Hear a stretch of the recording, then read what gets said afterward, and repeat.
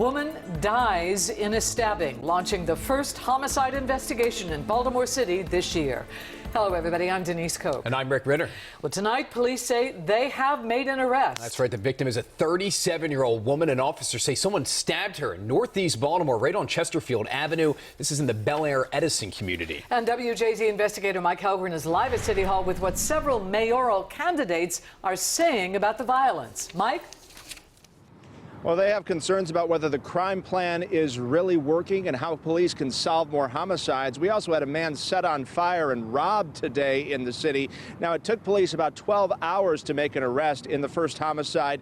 That incident also injured an 18-year-old. A new year and a familiar scene. Police carried bags of evidence from a home on Chesterfield Avenue in Northeast Baltimore, where a 37-year-old woman was stabbed to death, the first homicide of 2020. It's just ridiculous.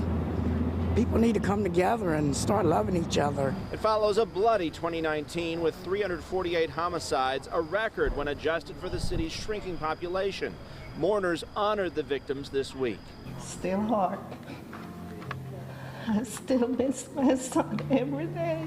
And several mayoral candidates spoke about the violence. City Council President Brandon Scott introduced his crime plan.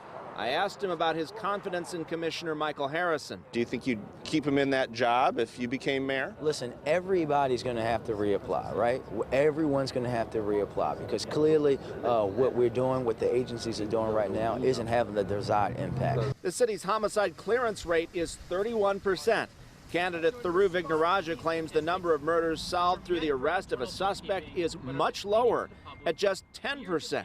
If only 1 out of 10 murders are leading to an arrest in Baltimore City, you can imagine the signal that's being sent to the criminal element.